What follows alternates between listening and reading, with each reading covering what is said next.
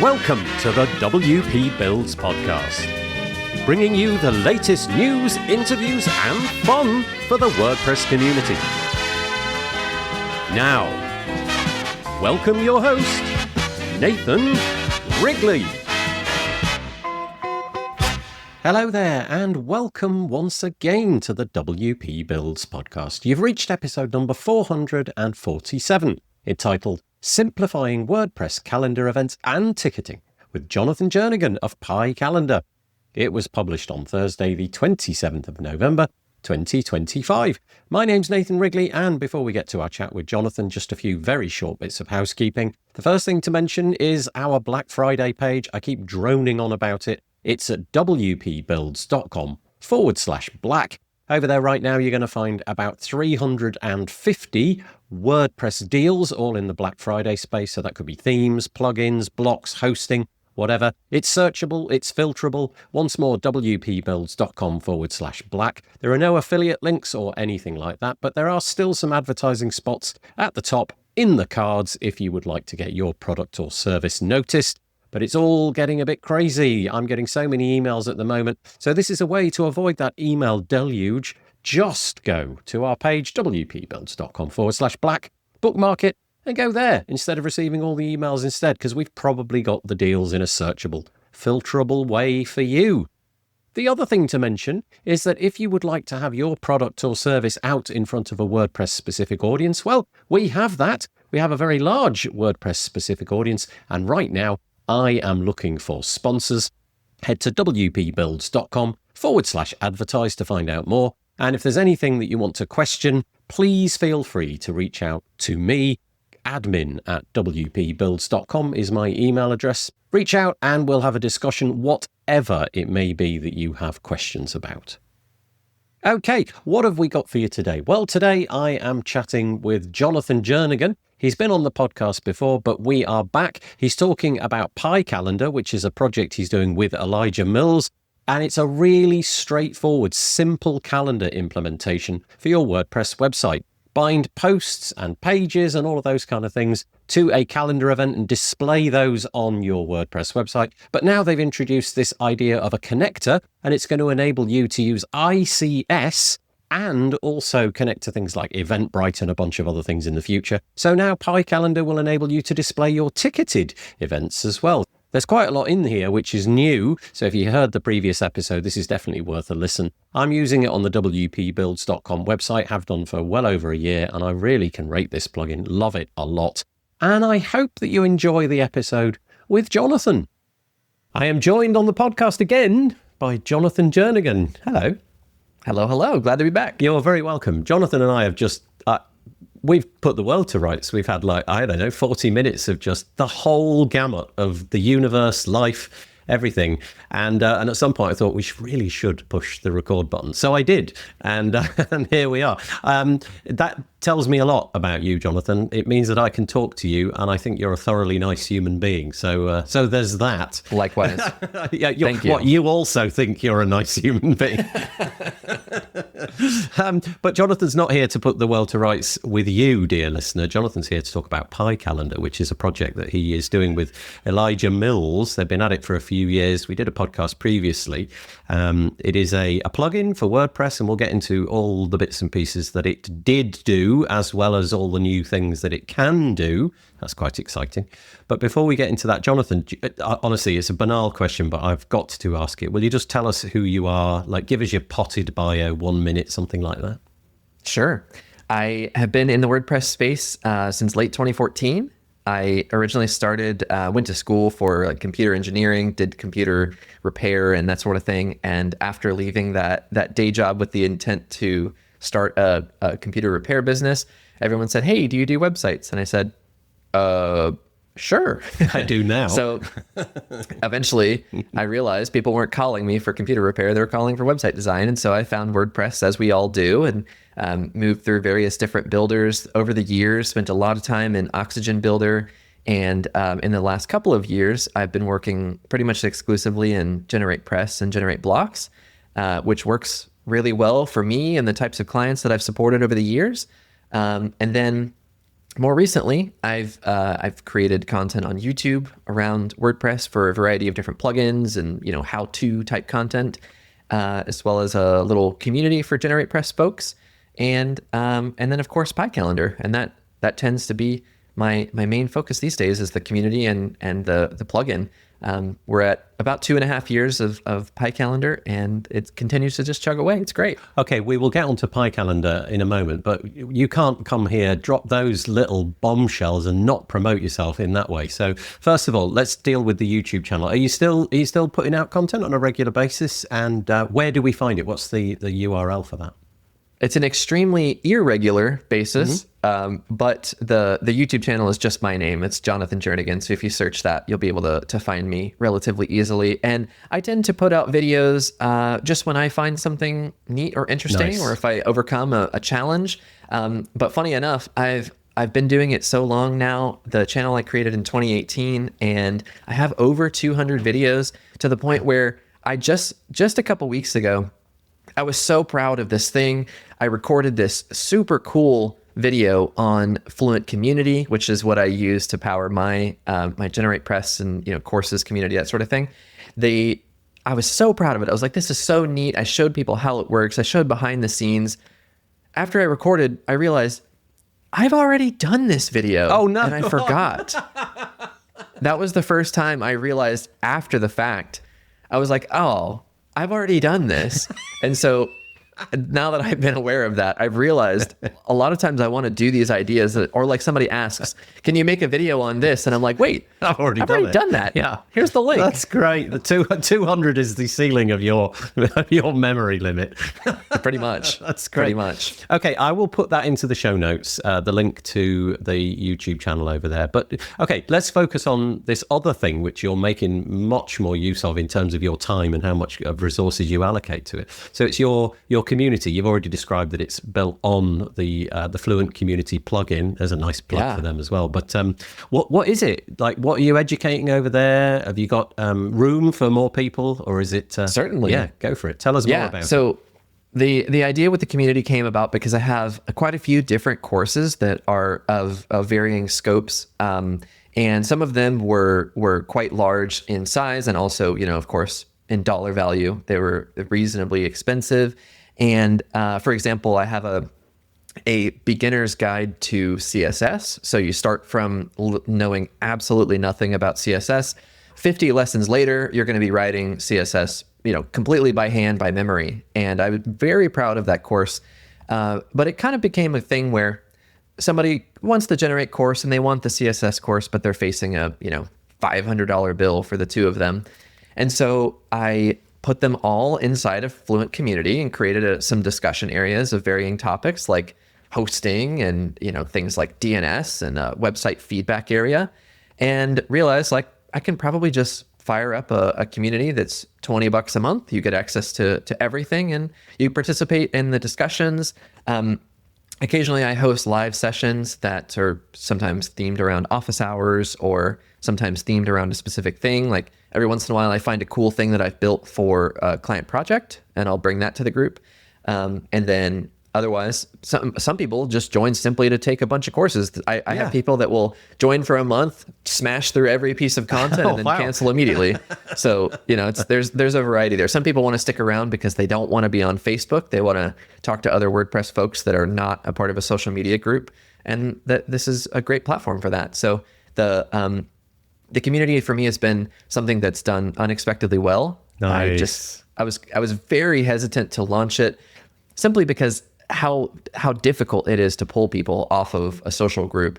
And fortunately, I had a decent sized email list, so it got kind of a jump start right out of the gate. And we're over 100 members now, so there's a decent chunk of folks in there. Yeah, that's so great. One piece is missing from this jigsaw puzzle, and that is the URL. Where do we find that? Yes. Well, if you visit my main website at jonathanjernigan.com, you'll see the various places, like on the course landing pages. There's a specific place for the community that talks about, kind of what's included and the purpose of it. But the actual community is like sort of, what's the word? basically enough, community.jonathanjernigan.com. Okay, yeah, that's great. I will link Easy to enough. that again into the show notes. So if anybody's curious about that, would you say that that like your biggest hitter is like generate press, generate blocks kind of content? Is that the most likely win if somebody comes along? Yeah, most likely. And primarily, I think folks tend to find generate press and generate blocks with the hope that they can create websites that are more simple for their end client. And then nowadays, generate blocks has become quite a bit more complicated with all of the classes and all the extra styling that you can do, which is great because there's pretty much no layouts that you can't build in the UI directly now because it's so much more powerful. Of course, the side effect of that being that the learning curve is quite a bit more steep than it used to be. It used to be pretty reasonable that somebody could just hop in and figure it out. Yeah, it was point and click, really, wasn't it? Yeah. Now it's more akin to, it's almost closer to like a Bricks or an Oxygen in the sense that you can do classes and conditions and all these sort of more complicated things. But it also is the kind of thing that if you've never experienced that, once you learn it, you're like, I don't know how I ever lived without any of this stuff. So many of these crucial tools like CSS classes, for example, when you start using it and suddenly your client says, hey, we got a new brand or whatever, some hypothesis, like a scenario like that where they want some big change and you do it in one spot and it happens to the whole site. Yeah. You're like, it's transformational. I still remember in Oxygen Builder when I first discovered those sorts of things being like, this is amazing. Yeah. And nowadays that's possible in the block editor with tools like Cadence and Generate Blocks. Yeah, and that sort of I'm a thing. big fan of Generate Blocks. It's kind of like the sort of go-to for many of the things that I do. And there was a big shift between 1.x and 2.0 when it first came Big out. time. Like a lot of the UI, like a lot of the visible UI stayed the same, but then as soon as you open the accordion panels and get into the settings, quite a lot has changed and Definitely. way more options, but a little bit more in terms of fiddliness. And it would have been great to have a course I could have followed along instead of hitting my head against the wall. So we will link to your community in the show notes, and hopefully we'll get you some more traffic. That'd be really nice. But the primary reason for chatting to Jonathan today is Pie Calendar. I've been a user of Pie Calendar. Day one almost. Yeah, I think so. Fairly early on, and I'll just tell you my experience with it. It's like super simple calendar implementation. In my case, I want to turn a WordPress post into a calendar event. And so that's exactly why I bought it, because that's exactly what it began doing. And we'll find out some more stuff in a moment. So, you get you log into the WordPress backend, set a few things up. I mean, really a few things. And then, and you go to a post and there's a new little option and you toggle it on. Do you want this to be a calendar event? Yes, I do. Do you want to add some color to that? Yes, I do. When does it start? When does it end? And that's kind of what it did. And then that gets put into a calendar, and it's got pop-ups on the front end so that people can add things to their to their iCal or their Office 365 and all of that kind of stuff. So really simple, really straightforward, exactly what I needed. But then you've more recently obviously been scratching your head a little bit and thinking, okay, we got that, we smashed that, what can we do next? So what's the new fun stuff that you've got? Well, so of course we have a free version in the WordPress plugin repository, which does effectively what you described. It's just a really easy and straightforward to use event calendar plugin. And then we have the pro version, which has recurring events and blackout dates and those sorts of things.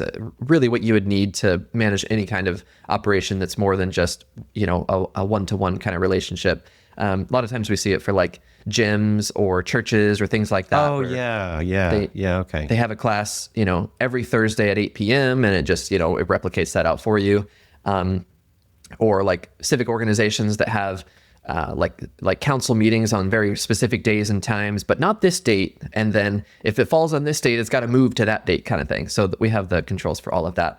And that's existed for well over a year now. And so we started to really look at what we wanted to do next, but still keeping our key philosophy of simple, lightweight, easy to use. And we decided that the next big thing, which we knew from the outset was going to be our number one most requested feature, and of course it was, is event ticketing. And we knew that we didn't want to do our own custom event ticketing solution. simply because when you start to go down the rabbit hole of all that's involved, it's astoundingly big. I mean, it's like on the level of building a WooCommerce competitor kind of deal, and that's just totally unrealistic and pretty much against the ethos of Pie Calendar and everything we want for our businesses. So we decided that it made sense to look at what other integrations are out there. And turns out Eventbrite has an extremely competent API that we were able to tap into. And so you can now create events on Eventbrite that just push to Pie Calendar. And so people can come to the site and view all your ticketed events and go, do the mess of things that Eventbrite provides, like taxes and multi-tiered ticketing and a seat map and reporting, and all the things that we would be faced with building ourselves are now just part of this direct integration. But then along the way, we realized, wait a second, we could do the same thing for any ICS feed, whether it be a Google Calendar, Yahoo, Apple, like Basecamp, for example, has a calendar built into it, my project management software, and it gives you an ICS feed. You just drop into Pie Calendar, and then it just displays all your ICS events. And so as that ICS feed changes, as you make changes in Google Calendar or Basecamp or whatever, it just automatically pushes those changes to your site. Okay. And we had Sorry. Keep going. Please. I was going to say one more thing. We stumbled upon a fantastic option as well, which is that you can just take an ICS file if you so choose, drop it in your WordPress media library, and use that. So you don't even necessarily have to have an external third-party source. You could have an app that gives you an ICS file, and you just self-host that if you choose to. So there's a lot of flexibility with that particular solution. And we bundled all that together in a separate add-on to keep it all clean and separated from the main plugin if you don't want anything to do with it. Okay, so let's tackle that bit first, and then we'll get into the three different bits and pieces of that. So this, if you've got Pie Calendar from the repo, this bit that you've just described, the Eventbrite and the ICS and the ICS download, I'll call it for want of a better word, they require you to have like a pro account, or how does it work? No, so the connector add-on is fully supported in the free version. So if you just want to purchase the connector and use the free version of Pie Calendar, you can absolutely do that. And of course, it will support recurring events from your ICS provider. So if you created a recurring event every week on, Thursday at 8 p.m., like I mentioned earlier, in your Google Calendar, those are going to show up on Pie Calendar free, despite the fact that it technically doesn't support recurring events. Right. The same thing is true for Eventbrite. If you don't want any of the pro features of Pie Calendar, but you want all the event ticketing stuff, you just have the connector and Pie Calendar free. But you can of course have the pro version and then mix all the events together. So you could have one calendar of only native Pie Calendar events, or another calendar that has Eventbrite, ICS, and native all in one, if you so choose. Yeah. Okay. So let me just parse that. So at the very least, you need the free version of the repo. There are some constraints around that in terms of recurring events and that kind of thing. But if you want to have that, you'd get the pro version of the plugin. And then these things that you've just described, the Eventbrite and what have you, that's an add-on which can go with free or pro. Have I got? Exactly. Yeah, okay, great. Okay. Yep. So going to the Eventbrite thing, I completely understand where you're coming from. Like the idea, I'm sure that you went into it with like, oh yeah, we'll just build our own thing. It'll be totally fine. And then the more that you peel back the layers of the onion, it must have been slightly eye-watering. Like, oh yeah, there's that. Oh yeah, and what about that? What about this thing? And, people cancelling things, refunding, people wanting to know how long it is before they can cancel. When money gets involved, it's just Definitely. like a totally different layer. And so going to Eventbrite, I could be wrong about this, but it feels like Eventbrite is like the default. It would be the one that most people would Google and succeed in finding. I think that's true, and people do have we have had some people that are like, oh, Eventbrite, like use this other one instead. But it's like, I've never even heard of some of the suggestions people were making. And the Eventbrite, I believe as well, is extremely ubiquitous. And I used it a lot in the agency work that I used to do for this nonprofit I was a part of that hosted these concerts. And they were paid events, but the only way that we found that it was conceivable, despite the fact that they had a WordPress site where the people on the board of this organization could manage the events was through Eventbrite. We just could not find a way in WordPress that just made sense, that was logical and easy and had all the things that we need. And then the other thing that's cool is with Eventbrite, they do charge fees, but like for that nonprofit, there's, you have the option to just simply pass on those fees to the consumer, right, which is not a practice I particularly like, but that is the space that we're in. And so effectively you could use the free version of Pie Calendar, buy the separate connector, and then have no fees from Eventbrite, right, because you're just passing those on. Yeah. Okay, that makes sense. So, but you're right. Sorry. I was just going to say, when we first looked at this development process, we thought, maybe we can get away with like letting people use their own form plugin, maybe Gravity Forms, Fluent Forms, that sort of thing. Like we could just tie into that. And they were like, no, because there's time-based tickets and there's tiers and there's all these other things. The thing that finally killed the idea once and for all of building it myself was when I realized, oh boy, we'd have to watch out for taxes for any jurisdiction around the world. And I was like, nope, we are out. Yeah. We're not doing this. Just that alone is a complete killer. I mean, obviously you could do it, but you are, for a plugin that you're trying to launch and you don't already have 1 million subscribers, there's a whole thing there, and people will come to you when it doesn't sort of map out in the way that they anticipate, and it will be up to you to fix that kind of stuff. So I can totally get it, and I understand why you've gone in that route. So okay, so let's imagine that I'm a concert venue. I put on gigs, I put on bands many times a week. I log into my Eventbrite, I set that stuff up, I connect your connector plugin. What does that then mean? How does the workflow work? Do I work inside of Eventbrite and then somehow that maps onto my WordPress site? So just explain how it works and where things end up on WordPress. It's a great question. So the Pie Calendar by default is exactly as you described. You take a WordPress post and you attach some event times to it, and it just shows up on the calendar. Conversely, with the Google Calendar, ICS, or any other ICS provider, I say Google a lot because that's what most people use. Yeah. But it works for any ICS provider, like Outlook. Even Outlook Desktop gives you an ICS file, for example. You would create your events on your Outlook calendar or your Google Calendar or your Eventbrite event. You would manage all of that from the web portal, and just via in the case of Eventbrite, you have an API key you drop into your WordPress side, and then they just attach together. So anytime you make a change, it just pushes from Eventbrite to your site, and it takes a minute or two for everything to sync up typically.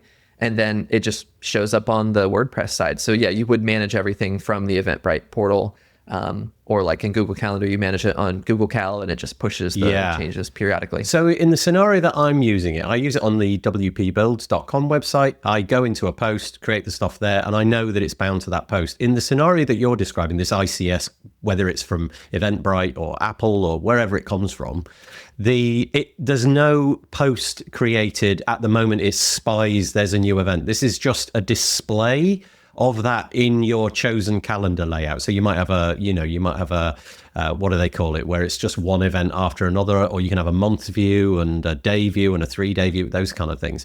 Is that how it's implemented? So it's not creating its own post and chucking stuff in there. It's just displaying it on wherever you've embedded the calendar.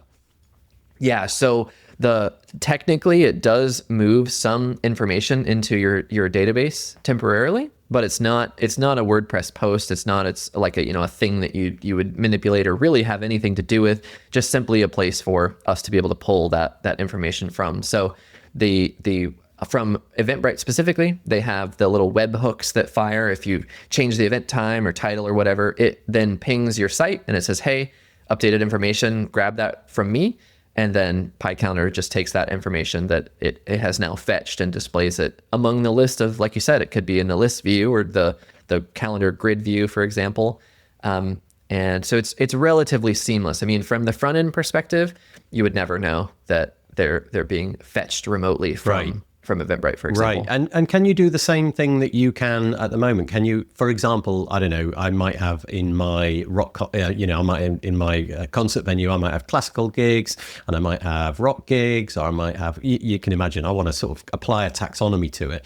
Is there a way that I can do that sort of thing so that I could color for the one, let's go with color. I can imagine there's other ways of doing it, but could I colorize something? So here's the rock gigs in blue and here's the classical gigs all in green and so on. Can I do those kind of things to make the calendar kind of stand out for certain people in certain ways? Yeah, so it's funny you say that because we have a relatively rudimentary color system at the moment, but it's something I want to improve in the future. However, people have done the most incredible like Christmas tree kind of like colorizations of their events to the point where I'm like, this is incredible. How did you pull this off? This is so well done. Like people have really customized it to fit it quite extensively.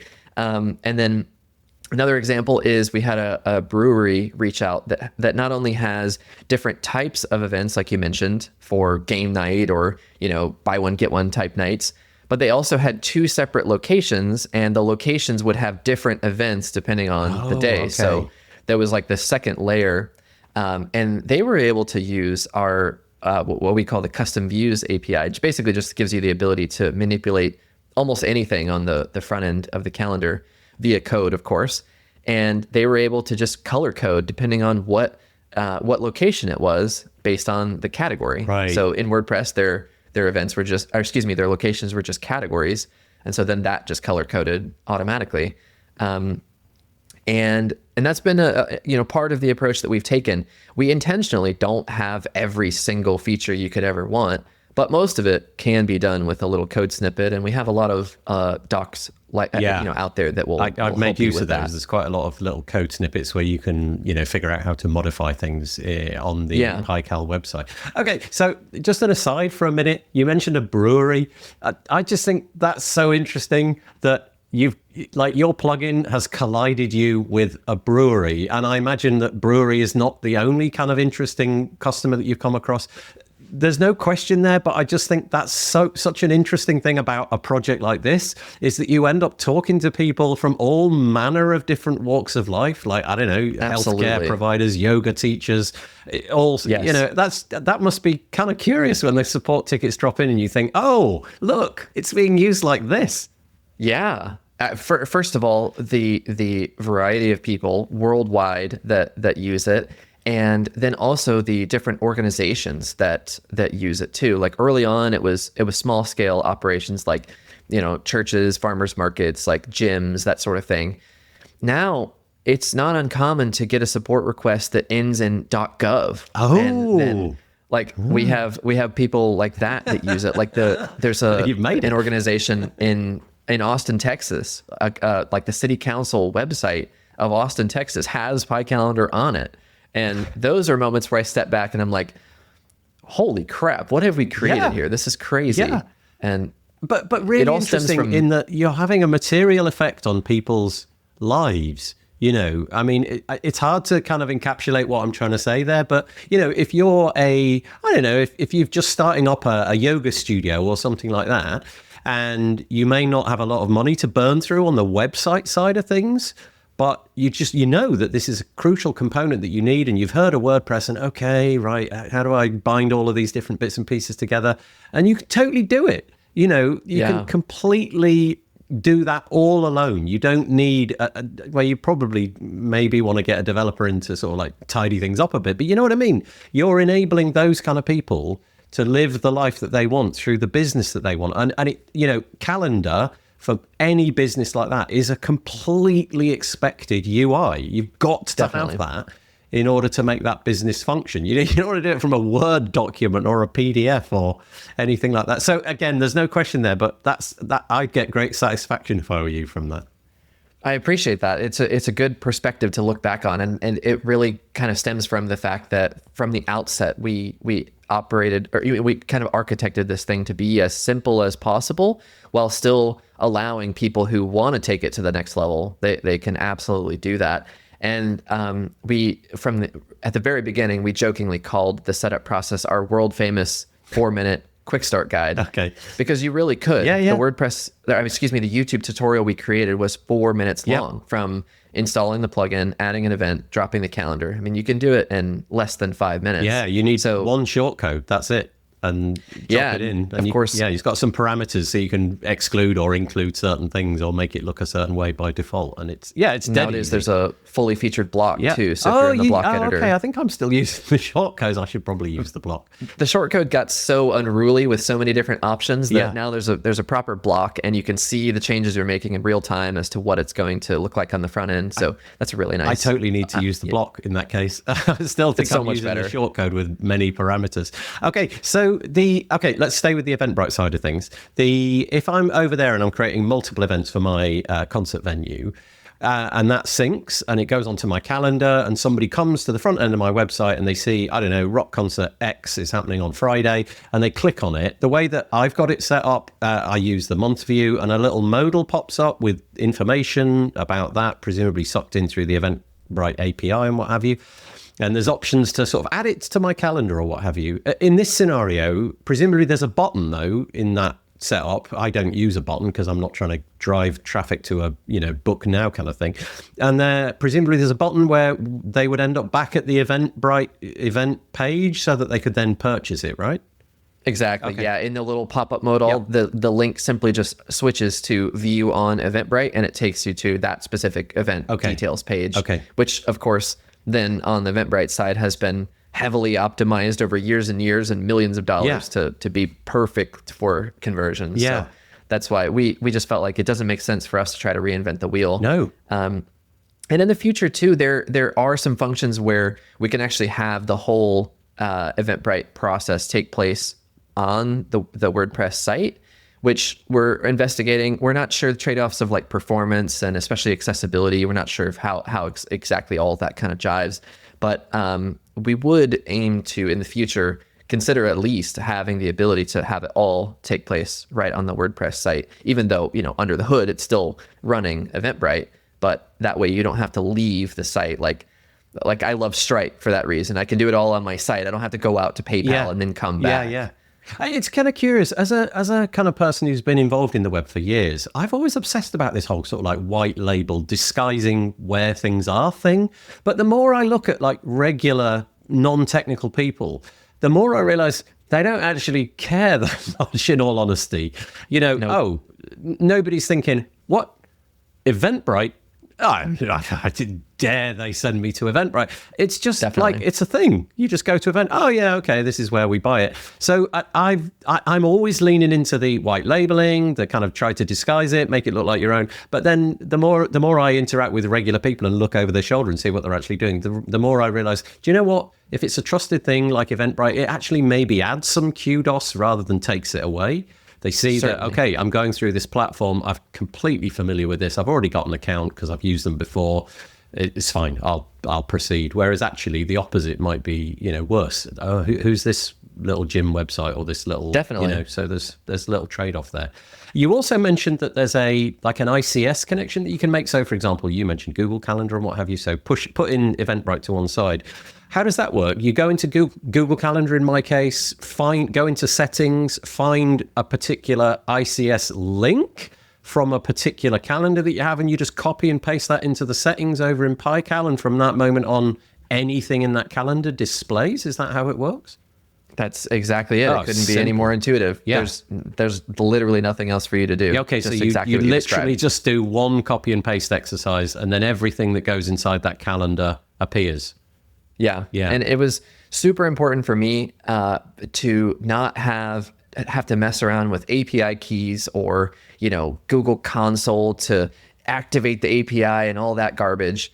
And luckily, the ICS standard is built in a way that is designed to be as simple as that. So just like you described, you grab the ICS URL, you drop it into PyCalendar, and specifically in the block, if you've clicked on the block in the editor, in the right-hand sidebar at the bottom, you just drop in that ICS URL, and it will just appear. And then you can have as many ICS feeds in one calendar as you want too. So you could have multiple Google calendars all in one on your PyCalendar on your site, or you could have two separate sources like Google and Basecamp or Google and Yahoo or whatever. And then of course you can also self-host the ICS file too. So just take the URL from your media library and drop that in, and it will just display those ICS. Of course, you won't get the continuous sync like you would with a remote calendar like Google, but you can self-host the ICS file too if you want. So I described that as a download earlier. So this is the capacity for you to download the state of your calendar as it is at the moment, for example, and you can then put that into the media library, upload it into PyCal, and it will consume all the events that are in there. But obviously, it's not synchronized with anything. Once those events have been consumed, you'd either have to do that again or sync it with a regular kind of a Google Calendar will keep using that link. So that's Definitely. like I don't know, maybe you want to add the times that your concerts are for Christmas and you've just got those somewhere and stick them in and that's it. You can forget about that rather than having to worry about syncing it. I do like the idea of the ICS one though. And I think the primary reason that I like it is those UIs are so ridiculously quick to work with. Yep. In my case, I've got on my Mac, I've got a button in I don't even know what it's called. That bar on the top of the Mac that never goes with the clock? I've got a little button in there which invokes my Google Calendar. It just sticks it straight in front of my face. And then you click into the day, month, whatever it is, and then you immediately start typing. And there's not even you don't even have to do anything. It's just super straightforward. And so really it's a time-saving exercise. Those things are set up to create those events really, really, really quickly. And then you don't even have to worry from that moment on. You just know that a minute or two later, it's going to somehow magically appear on your website. So it feels like just a big time saver, really. Yeah, so quite a few different things. I totally agree on the UI. Like Google Calendar specifically, it's so easy to get an event set up in 30 seconds. They've got us beat on that front. But the fact that the other big thing about that too is for cases where you want to give somebody the ability to add or edit events on their site, but they for whatever reason don't need to touch WordPress at all. Yeah. So what we discovered was that there are quite a few agencies, and one who's a good friend of mine, that they focus on restaurants, and these restaurant clients basically should not touch their WordPress site. Like they're so non-tech that they don't even have a login to this site. But they do change their specials. One of them is a Mexican restaurant that changes their special every single day throughout the entire month. Oh. And so right now, this particular agency, they have to get a list at the beginning of the month and go manually add all 30, 31, depending on how many, months of the days of the month there are. Whereas now they already have the Google Calendar with those events. They just simply drop the link into PyCalendar and they just appear. So that was a thing that of course makes sense, but I didn't anticipate initially was just that. So if you don't want your client to touch the site, they can still update their events and you don't have to embed an ugly Google Calendar, for example. Yeah, and you get this sort of like ripple effect of permissions as well. So I don't know, let's say that in my imaginary gig venue, I've got like 4 or 5 people shared into that calendar, and I've given them the permission to create and delete events. They can all just get on and do their thing just inside a Google Calendar, and nobody needs to kind of communicate beyond that. It's just add it to the Google Calendar and it'll appear on the website straight away. Oh, okay. That's such a good point. Yeah. I didn't even consider the permissions aspect to it because too. You can just ripple that out across the whole organization in one click, and all of a sudden your 20 employees have got the same thing going on. But in the case of an ICS feed like that one, the non-Eventbrite one, presumably that just sticks the event onto the website. There's no kind of button to go anywhere at that point because it's just a display thing, or is there? You're right. There is really nowhere to go because it's just a display. And so that's a trade-off. But in that case, if you're using Google Calendar anyway, you don't really have much beyond the just description to do. There's no send them to a third-party URL with this field. That doesn't exist in any of those products. So it really is just a display piece. Inside of the description for Google Calendar events, can you embed links? I know that's a bit of a weird one, but I don't know if you can put links inside of there. And if you can, I wonder if they would map over to the PyCal calendar as well. That'd be an interesting one because you could smuggle in some links in that way, maybe. You definitely could, and it looks like you can add links you to, just to the tried it. calendar Okay. event, which is great. Yeah, I just happened to take a look. That's a curious side effect of. There you go. I've just added a certainly line could item do that. to your promotional materials. It's a good idea. Yeah. I mean, you could link to some part of your own website. Then, in effect, Certainly. you've created an internal link. Anyway, there you go. There was just some random. It's a good idea. Yeah. Okay, there we go. Yeah, I was going to mention as well, the other cool thing that that we did with the ICS was that it periodically fetches the most updated results from that ICS feed that you give it, and we set up the ability to choose how often you want it to fetch. So in cases where I can't imagine why, but you need it to update every single minute, you can do that. And then what it does is it updates a local copy of that ICS file on your site. So if for whatever reason the connection is broken, your calendar's not empty. It'll just use the most recent version that it had. Like for right now, Cloudflare is down. Who knows what side effects that could have on ICS URLs across the internet? That means that if it can't reach out to that source like Google Calendar or whatever, then it's just going to temporarily use that local file until it can go fetch it again. Okay, that's really interesting. So it's basically caching the results of the calendar, and it'll use that. I presume it's always using that, but it'll update that in the background. So no matter what happens, if your website is up, there's a file or there's a part of the database somewhere which has got that data in it.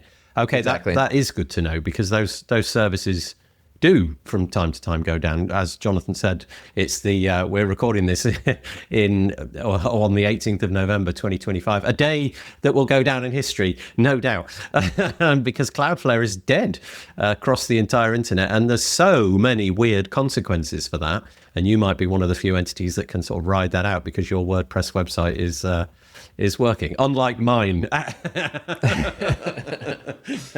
the moment. So, okay. And our podcast recording app is also functional too. Yeah, but curious that is, but almost everything else is broken.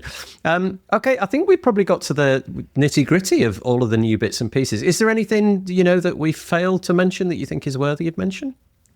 Well, the connector add-on specifically is kind of laying the framework for all kinds of other integrations in the future. So everything will be bundled all together in this one connector. So it's kind of a buy one, get them all type deal. Oh, nice. And okay. The idea is that everything is in this connector. It's all sort of, separate from the main plugin, keeping everything, lightweight and easy to manage.